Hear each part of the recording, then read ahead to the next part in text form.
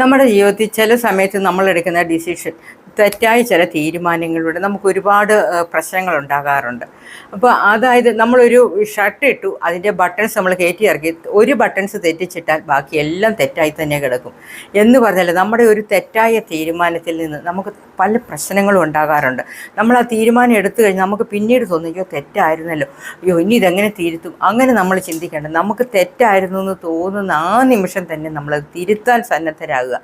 അപ്പോൾ ഈ കയറി ഇറങ്ങി കിടക്കുന്ന ബട്ടൺസ് പോലെ ആകല്ല, അത് നേരെ പിടിച്ചിട്ട് കഴിഞ്ഞാൽ പിന്നീടുള്ളത് അങ്ങോട്ട് ശരിക്കും കിടന്നോളും. എന്ന് പറഞ്ഞ പോലെയാണ് നമ്മുടെ തെറ്റായ തീരുമാനത്തെ നമ്മൾ എത്രയും പെട്ടെന്ന് തിരുത്തുക.